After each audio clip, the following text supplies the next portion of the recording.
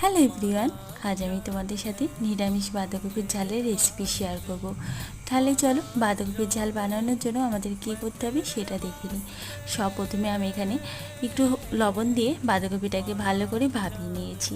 এখানে বাঁধাকপির আলুগুলোকেও ভেজে নিয়েছি, আর তেলে শুকনো লঙ্কা, তেজপাতা, কাঁচা লঙ্কা, টমেটো আর বাদাম দিয়ে ভালো করে ভেজে নিয়েছি। ভাজা হয়ে গেলে তাতে জিরে আর আদা বাটা দিয়ে হলুদ লবণ দিয়ে ভালো করে মশলাটাকে কষিয়ে নিয়েছি।